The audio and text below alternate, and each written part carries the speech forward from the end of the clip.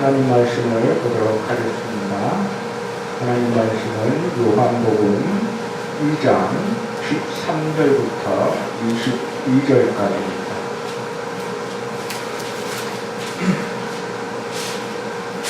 요한복음 2장 13절부터 22절까지 제가 봉독해 드리도록 하겠습니다. 유대인의 6월절이 가까운지라 예수께서 예루살렘으로 올라가셨더니 성전 안에서 소와 양과 비둘기 파는 사람들과 몸 바꾸는 사람들이 앉아있는 것을 보시고 노끈으로 채찍을 만드사 양이나 소를 다 성전에서 내쫓으시고 돈 바꾸는 사람들의 돈을 쏟으시며 상을 엎으시고 비둘기 파는 사람들에게 이르시되 이것을 여기서 가져가라. 내 아버지의 집으로 장사하는 집을 만들지 말라 하시니 제자들이 성경 말씀에 주의 전을 사모하는 열심히 나를 삼키리라 한 것을 기억하더라. 이에 유대인들이 대답하여 예수께 말하기를 내가 이런 일을 행하니 무슨 표적을 우리에게 보이겠느냐. 예수께서 대답하여 이르시되 너희가 이 성전을 헐라. 내가 사흘 동안에 일으키리라. 유대인들이 이르되 이 성전은 46년 동안의 지었건을 내가 3일 동안에 일으키겠느냐 하더라. 그러나 예수는 성전된 자기 육체를 가리켜 말씀하시는 것이라. 죽은 자 가운데서 살아나신 후에야 제자들이 이 말씀하신 것을 기억하고 성경과 예수께서 하신 말씀을 믿었더라. 아멘. 오늘부터는 10번의 시간에 걸쳐서 우리가 하나님을 믿는다라고 할 때에 가장 기본적으로 우리가 이해하고 인식해야 될 부분에 대해서 우리가 다루도록 하겠습니다. 우리가 하나님을 믿는다고 하지만 굉장히 잘못된 믿음의 그런 어떤 형태를 보이는 이유 중에 어떻게 보면 가장 중심에 있다라고 볼 수 있는 건 뭔가 아니에요. 우리가 일상에서 사용하는 이 용어가 어떤 의미를 갖고 있는지를 정확하게 이해하지 못한 부분 때문에 우리가 일상의 삶에서 하나님의 자녀답게 살지 못하는 그러한 결과가 나타나는 것을 알 수가 있습니다. 쉽게 말하면 이렇습니다. 기도라고 하나의 단어를 사용할 때에 이 기도가 갖고 있는 정말 그 근본적인 의미가 뭐냐라는 것을 알지 못하게 되면 세상에서 믿지 않는 사람들이 소위 우상 앞에 기도하는 것과 우리 교회 안에서 기도한다라고 하는 것과 전혀 다르지 않는 그러한 모습과 결과까지도 동일한 그러한 형태로 나타날 가능성이 높다라는 겁니다. 그래서 우리는 교회 안에서 사용하는 우리가 일상에서 사용하는 그 용어 하나하나가 갖고 있는 의미만 제대로 우리가 살펴보고 그 의미를 안다고 할 때에 우리의 신앙은 참으로 올바르게 세워지는데 아주 중요한 역할을 그 단어들이 해줄 수 있을 걸로 합니다. 오늘부터 우리가 살펴보는 것은 가장 기초적인 작업을 하는 겁니다. 교회에서 정말 기초적으로 우리가 사용하는 그 용어들의 그 기초 작업을 하는 겁니다. 그 의미를 정확하게 인식하고 그 의미 위에서 우리가 이제 하나님 앞에 바른 그러한 신앙인으로 세워져 가는데 스스로 바른 길을 찾아서 향해서 갈 수 있도록 하는 작업을 할 겁니다. 기초 작업을 한다고 할 때에 우리가 한 가지 오해하는 부분이 있습니다. 그것은 무엇인가 하니 하나의 틀을 만들어 놓고 그 틀 안에서 벗어나지 못하도록 가둔다는 개념으로 이 기초 작업을 인식할 수도 있습니다. 이게 무슨 의미인가 하니 소위 말해서 이렇습니다. 한 목사가 한 교회를 책임지고 그들에게 하나님의 말씀을 먹인다고 할 때에 목사의 의도 속에 성도를 가둬버리려는 그러한 의도로 이런 작업을 한다라고 그렇게 생각할 수도 있다는 겁니다. 그런데 정확하게 인식하시기를 부탁드리고 싶은데 이 기초 작업을 한다는 것은 소위 건물을 짓는 것과 동일하게 생각하면 됩니다. 또는 큰 나무가 이제 막 자라난다라는 측면에서 생각하면 될 줄 압니다. 기초가 얼마나 튼튼하냐에 따라서 건물을 얼마나 높이 올릴 수 있느냐가 결정되는 것이죠. 나무의 개념에서는 뿌리가 얼마나 튼튼하고 깊게 내려가 있느냐에 따라서 그 나무가 높이 솟아 올라서 더 풍성한 이 가지를 키우고 또 그 안에 열매를 맺을 수 있는가를 결정하게 된다는 측면에서 이 기초를 생각하면 될 줄로 압니다. 위에가 커질 수 있도록 밑에를 튼튼하게 만든다는 거죠. 가둬버리는 것이 아니고 더 여러분들이 크게 퍼져나갈 수 있도록 하는 그러한 작업이라는 것을 기억해 주시기 바랍니다. 오늘 우리가 살펴볼 가장 중요한 용어는 바로 교회입니다. 교회가 과연 무엇이냐라고 할 때에 우리가 이 교회를 정말 제대로 이해하지 못하면 교회가 타락하는데 가장 앞장서는 그러한 사람이 될 수 있고 또 누군가가 앞장설 때에 그것을 무한 지지하는 잘못된 그러한 행위를 또 거기에 동참하는 그러한 일을 우리가 벌일 수가 있습니다. 소위 우리가 교회라고 할 때에 지금 현재 일어나고 있는 현상을 우리가 살펴보면 교회 하면 많은 사람들이 우리가 정해진 시간에 정해진 날에 정해진 시간에 우리가 모여서 예배 드리는 이 건물이라고 인식을 합니다. 많은 사람들이 교회라고 하면 십자가 달린 그 건물 이것을 떠올리고 또 심지어는 이것을 더욱더 거룩하게 포장하기 위해서 성전이라는 단어를 쓰기도 합니다. 그래서 소위 말해서 우리가 예배드리는 이 장소가 이제 성도들이 더 많이 모이고 비좁아서 더 넓은 장소를 이제 서로 지어야 된다라는 그런 필요성이 생길 때에 그때에 거기에 붙이는 명칭이 뭔가 아니 성전 건축이라고 우리가 보통 표현을 합니다. 그런데 이것은 전혀 성경에 나와 있는 그러한 의미가 아니라는 것을 우리는 기억해야 합니다.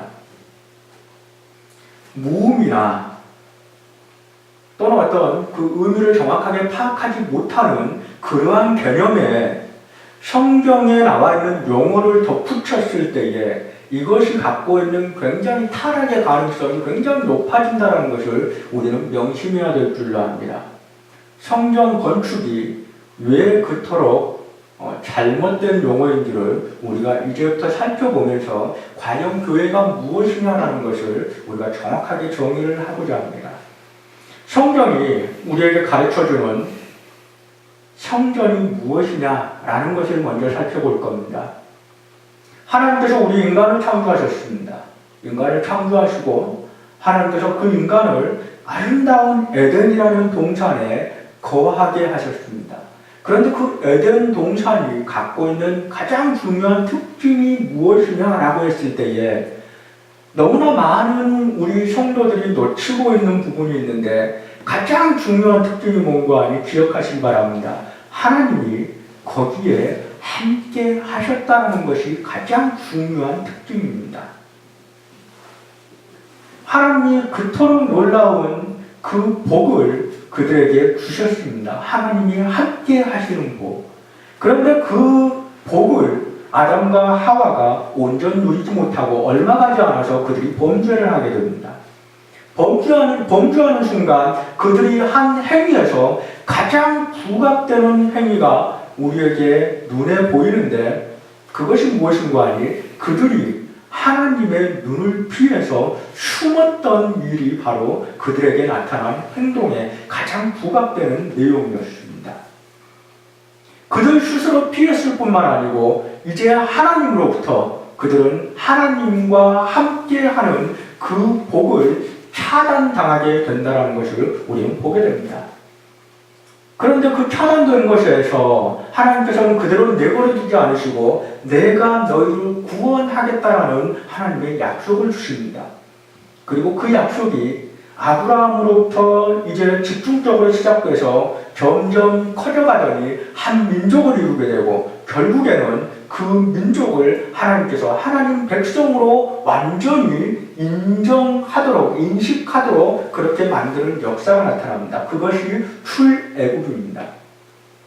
애굽에서 이스라엘 민족을 이제 인도에 내셔서 광야로 끌고 가셔서 광야에 데리고 가셔서 하나님의 백성답게 사는 방법, 이제 하나님이 인도하셔서 끌어내셔서 하나님의 백성 삼으셨으니 백성답게 살아야 되잖아요. 그래서 하나님의 백성답게 사는 법을 주십니다. 그것이 바로 시내산에서 주신 율법입니다. 근데 그 율법을 주실 때에 하나님이 더불어 주시는 것이 있습니다. 바로 성막입니다. 하나님이 성막을 짓게 하시고 그 성막을 이스라엘 회중의 정중앙에 위치하도록 그렇게 말씀을 하십니다. 이 성막이 도대체 무엇이냐? 라고 할 때에 하나님께서 그 성막에 부여하는 의미는 무엇인가 하니 내가 너희와 함께 하겠다라는 것입니다. 내가 너희와 함께 한다는 것을 너희가 그 성막을 봄으로 말미암아 너희가 항상 기억하고 하나님은 우리와 함께 하고 계시는구나 라고 인식하고 흔들림 없이 내가 하라는 대로 내가 인도하는 대로 너희가 따라오거라 라고 하는 것이 바로 그 성막이 갖고 있는 의미였습니다. 그리고 그들을 하나님께서 이제 가나안으로 끌고 들어갔습니다. 가나안에서 이스라엘 국가를 세우시고 그 국가를 통해서 하나님이 이제 더욱더 굳건하게 그 이스라엘을 당신의 하나님의 백성으로 이제 인치십니다. 그런데 거기에서 이제 하나의 변화가 생깁니다. 성막이 계속해서 광야에서 이스라엘 백성이 이동 경로를 따라서 같이 이동했던 그 성막이 이제는 하나의 국가를 세우고 정착하는 그런 단계가 들어서자 이제 변화를 갖게 되는데 그것이 무엇인가 하니 예루살렘 성전으로 변화가 됩니다. 중요한 것은 변하지 않습니다. 단지 움직이던 성막이 이제는 더 이상 움직일 필요가 없어졌다는 것 말고는 동일한 의미를 갖습니다. 여전히 성전은 하나님이 그 나라와 이스라엘 나라와 함께 하신다는 것을 증명하는 약속하는 그러한 하나의 증표였습니다. 여기 한 가지 오해가 발생합니다. 그것이 무엇인가 하니 이스라엘 백성이 하나님이 주신 이 약속을 바라볼 때에 하나님은 우리와 함께 계신다라는 개념으로 인식을 해야 되는데 저 성막 안에만 계시는 분, 저 성전 안에만 계시는 분이라는 인식을 해버립니다. 잘못된 인식이죠. 그러다 보니까 그들의 일상의 삶은 엉망으로 변해버립니다. 하나님이 율법을 주시고 하나님의 백성답게 살라고 하나님의 법을 주셨는데 구원받았으니 구원받은 자답게 살라고 구원받은 자가 누리는 그 복을 누리면서 살라고 어떻게 하면 누리느냐? 이대로 해라라고 하면서 율법을 주셨는데 이들의 인식이 하나님은 저 성막 안에만 계시는 분, 성전 안에만 계시는 분이라는 인식을 하다 보니까 그것을 향해 나아갈 때만 또 그 안에서만 하나님을 두려워하고 그 안에서만 조심할 뿐 그 영역을 벗어나면 세상 사람들과 다르지 않는 삶을 살자라는 것입니다. 지금 오늘의 우리의 모습을 보는 것 같지 않습니까? 너무나 많은 분들이 교회 하면 건물을 생각해 버립니다. 그러다 보니까 교회 안에 들어오면 그토록 거룩할 수가 없습니다. 그런데 교회 밖으로 나가면 이 교회의 문턱만 벗어나게 되면 세상 사람들과 전혀 다르지 않습니다. 오히려 세상 사람들보다 더 악하기까지 합니다. 그래서 그 결과로 오늘의 기독교는 세상 사람들로부터 질책을 받는 그러한 집단이 되어버렸습니다. 이러한 현실에 대해서 이제 예수님께서 이 땅에 오셔서 우리에게 가르침을 주십니다. 그 가르침이 바로 오늘 본문을 통해서 우리에게 주어지는데 오늘 본문이 갖고 있는 이 시대적인 배경이 이렇습니다. 이제 더 이상 성전 안에서 하나님께 온전한 예배를 드리는 모습이 사라져버린 그러한 타락한 모습을 담고 있습니다. 성전 안에서 화폐 교환을 합니다. 왜 그런가 하니 이스라엘 백성이 하나님 앞에 범죄함으로 말미암아서 하나님이 그들의 그 죄를 심판하시고 세상 곳곳에 뿔뿔이 흩어버립니다. 그런데 여전히 그들의 인식 속에서는 예루살렘에 가서 하나님 앞에 예배를 드려야 돼 라는 인식이 있기 때문에 1년에 한 번 정도는 예루살렘으로 와서 다시 말해서 6월절날 예루살렘에 와서 하나님 앞에 제사 드리는 그 제사에 이들이 꼭 참석하기 위해서 그토록 애를 씁니다. 그런데 세상 곳곳에 뿔뿔이 흩어져 살다 보니 그들이 각각의 나라에 흩어져서 살면서 그들이 소유하고 있는 돈에 그 모식들이 다 제각각이라는 겁니다. 그래서 그들이 성전에 왔을 때에 하나님 앞에 예배를 드리는데, 제사를 드리는데, 그 제사를 드리는데 필요한 그 여러 가지 물품이나 어떠한 재물을 사는 데 있어서 필요한 그 돈은, 사용하는 돈을 자기들이 살던 그곳에서 사용하는 돈으로 사용할 수 없게끔 이 제사장들이 제도를 만들어버립니다. 그래서 성전에서만 쓰이는, 그 지역에서만 쓰이는 화폐를 그들이 만들게 되고 그 화폐를 교환해서 사용하도록 만듭니다. 근데 이 목적이 무엇이냐라고 했을 때에 돈을 교환해주면 그냥 교환해주는 게 아니었다라는 데 그 목적이 드러나게 됩니다. 그들은 돈을 교환해주면서 소위 오늘날 우리가 외국 돈을 은행에 가서 바꿀 때에 수수료를 지불하는 것처럼 이 당시에도 수수료를 받았다라는 겁니다. 수수료를 받아서 그들의 수입으로, 다시 말해서 종교 지도자들이 자신들의 수입을 창출하기 위한 방편으로 그들은 화폐 교환을 이 성전 안에서 시행했다는 것을 우리는 역사적으로 바라보게 됩니다. 그뿐만 아니고 곳곳에서 자기가 소유한 재물을 가지고 와서 성전에 바쳐서 그것을 통해서 제사를 드리면 될 것인데, 굳이 이 제사장들은 그 재물에 대해서 딴지를 겁니다. 가만히 살펴보면서 별 문제가 없을 것 같은 것조차도, 야, 여기 봐라, 조금 상처 있지 않느냐, 여기 봐라, 좀 털이 문제가 있지 않느냐, 여러 가지 이유를 들어서 그것으로 하나님 앞에 제사를 드리지 못하게 하고, 성전 안에서, 그 영역 안에서 제물로 드릴 수 있는 것들을 판매함으로 말미암아 그것들을 사서 하나님 앞에 제사를 드리도록 그렇게 제도화 시켜버렸다는 것입니다. 겉으로는 편의성을 내세울지 모르겠지만 그 안에도 여전히 이윤 창출이라는 그러한 자신들의 본심이 숨겨져 있는 하나의 제도라는 것을 우리는 역사 속에서 보게 됩니다.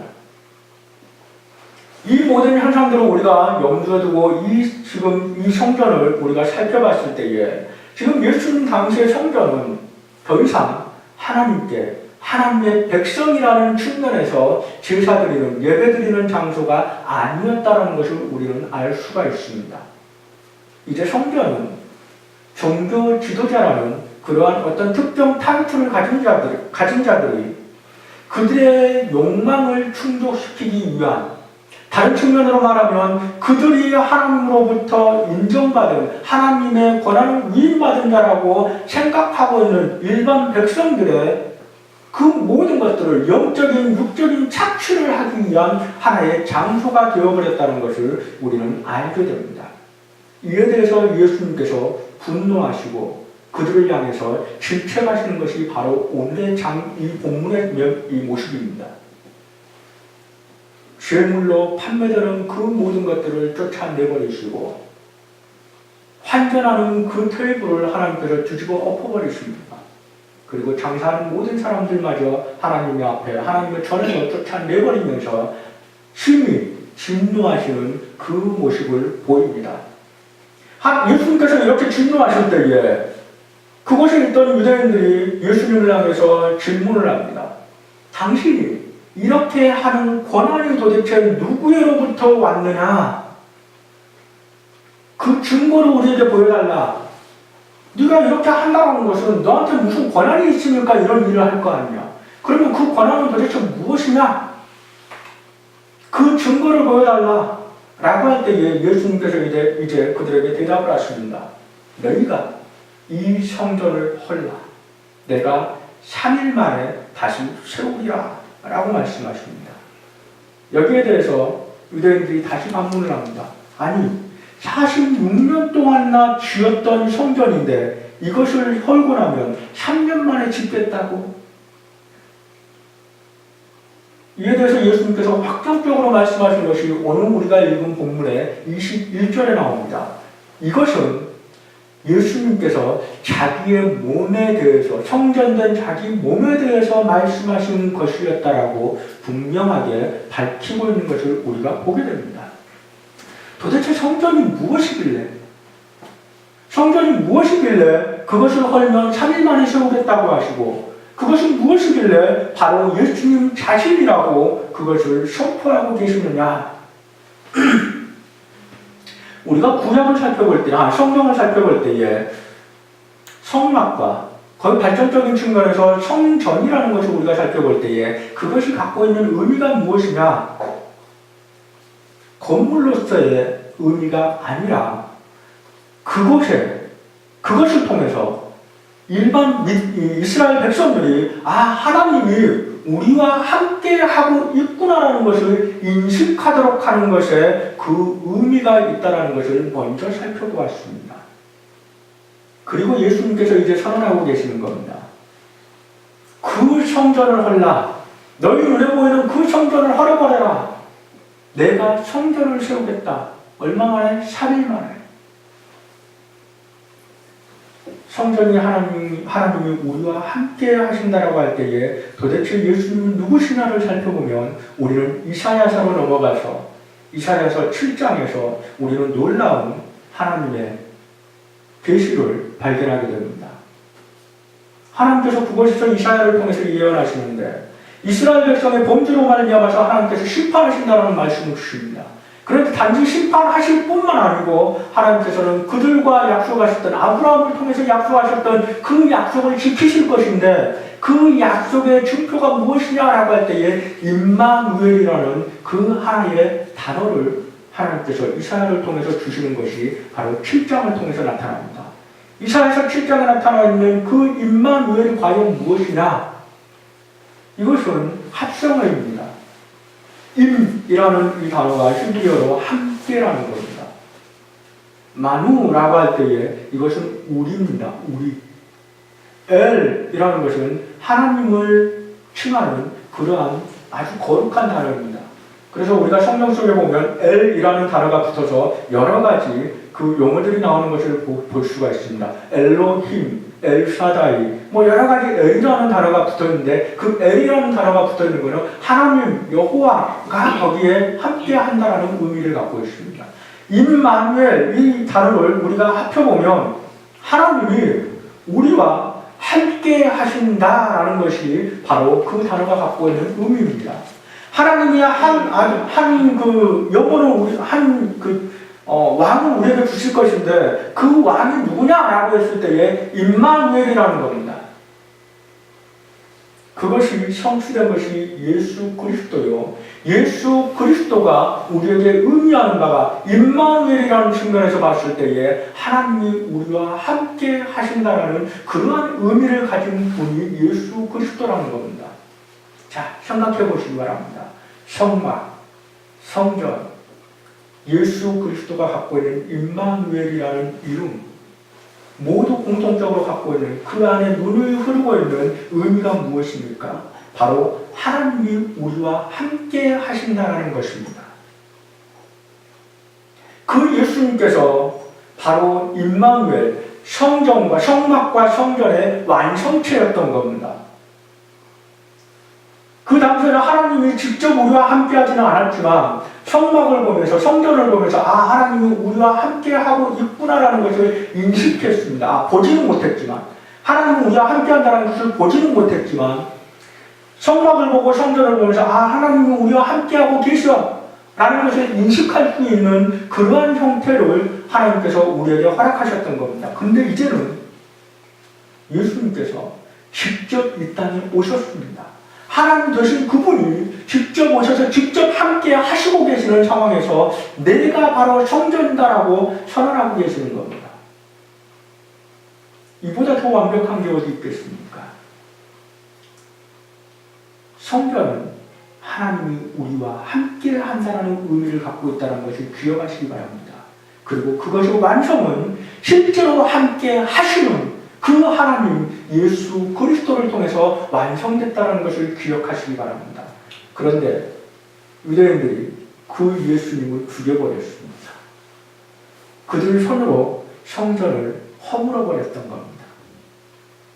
눈에 보이는 건물이 성전인 줄 알았던 그들이 참 성전 되신 예수 그리스도를 십자가에 못 박아버렸습니다. 그런데 예수님께서 그 십자가에서 죽음으로 끝나버리신 게 아니고 다시 3일 만에 부활하십니다. 그분이 부활하시는 직후부터 이제 더 이상 예수님은 성전을 향해서, 예루살렘 성전을 향해서 관심을 갖지 않으십니다. 그분의 관심은 이제 그분의 몸된, 그분의 제자된 교회들을 향해서 이제 관심을 돌리십니다. 우리가 신약에 교회라고 할 때에 그 교회가 어떤 형태로 이루어졌느냐라는 것을 에베소서를 통해서 우리가 아주 세세하게 살펴볼 수 있는데, 거기에 보면 이렇게 표현되어 있습니다. 교회의 머리 대신 예수 그리스도, 예수 그리스도의 몸된 교회라고 우리가 표현하고 있는 것을 보게 됩니다. 기억하시기 바랍니다. 예수 그리스도의 몸이 교회입니다. 이 건물이 교회가 아니라는 겁니다. 예수 그리스도의 몸이 교회입니다. 그 몸이 누구입니까?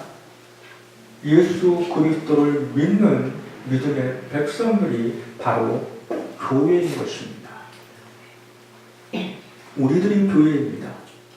그런데 우리들이 교회가 되어서 하나님 앞에 하나님과 함께하는 백성으로 삶을 누리는 자들이 되어야 되는데, 그것을 위해서는 조건이 필요합니다.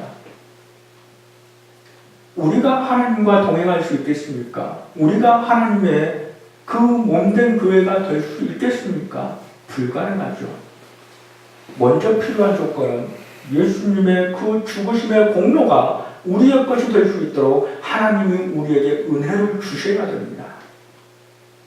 하나님이 우리에게 은혜를 주실 때에, 우리를 구원해 주실 때에 우리는 비로소 하나님의 교회가 될 수 있는 겁니다.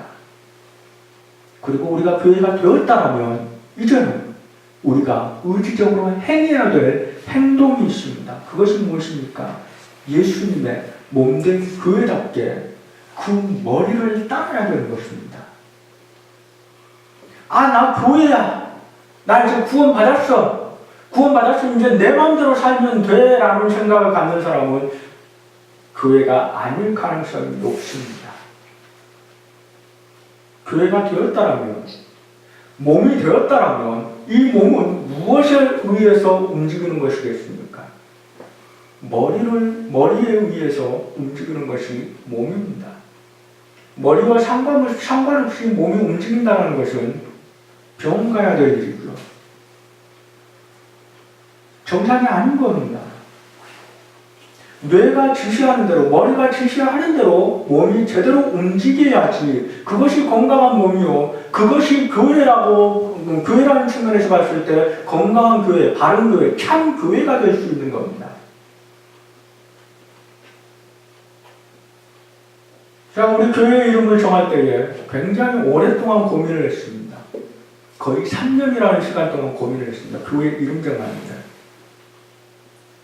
나중에 내가 하나님 앞에 은혜를 줘서 만약 하나님의 교회를 세워가는 일에 내가 그렇게 일을 할 수 있는 기회가 주어지면 그 교회 이름을 뭐로 지을 것인가 라는 고민을 하다가 거기에 꼭 놓고 싶은 의미가 있었습니다. 교회는 절대로 건물이 되어서는 안 된다. 그것을 꼭 놓고 싶었던 이유가 무엇인가 하니, 오늘 현재 우리 타락한 교회, 그 타락한 가장 중심에 바로 건물이 있었기 때문에 그렇습니다. 다른 말로 하면 건물이 교회라고 인식을 해버렸기 때문에 참 교회인 몸들이, 각각의 개인들이, 각 영혼들이 무너져 내려버렸던 겁니다. 건물은 아주 귀하게 관리하고 건물은 아주 소중하게 여길 줄 알았지만 참 교회된 자기 몸은 함부로 굴렸던 겁니다. 죄악에 빠지거나 망가지거나 하나님 뜻에 떠나거나 상관없이 함부로 살아버렸던 겁니다.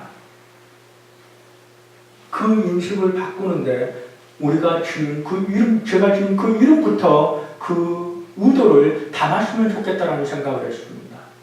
그러면 과연 하나님의 교회가 우리라는 것, 그리고 내가 교회가 된다라고 했을 때 이 교회라는 것은 예수 그리스도를 온전히 닮아가는 것이 되어야 된다는 그 의미를 담는 이름으로 좋은 것이 무엇일까라는 것을 생각할 때에 떠올릴 수 있었던 단어 중에 하나는 제자였습니다.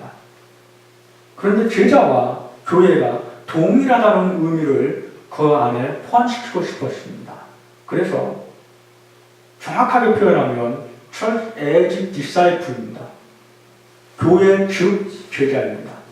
교회가 곧 제자입니다. 그런데 통상적인 교회의 그 표기법에 따라서 제자가 먼저 들어가서 제자인 교회라는 이름을 지었습니다. 기억하시기 바랍니다.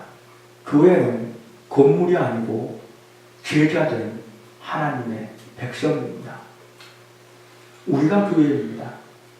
교회를 세운다고 할 때에 건물을 세우는 게 아닙니다. 우리는 건물에 너무 집착해서는 안 됩니다. 가장 먼저 우리 개개인에 집착해야 됩니다. 그리고 우리가 모인 이 모임에 집착해야 됩니다. 건물이 없어도 우리가 모여서 하나님 앞에 예배드린다면 하나님은 그 모임을 향해서 나의 교회라고 선언하십니다. 그렇지만 아무리 엄청난 건물을 지어놓고 그 안에 예배드린다고 할지라도 그 안에 참된 제자의 삶이 없다면 하나님은 그것을 향해서 교회라고 말씀하지 않으신다는 것을 기억하시기 바랍니다.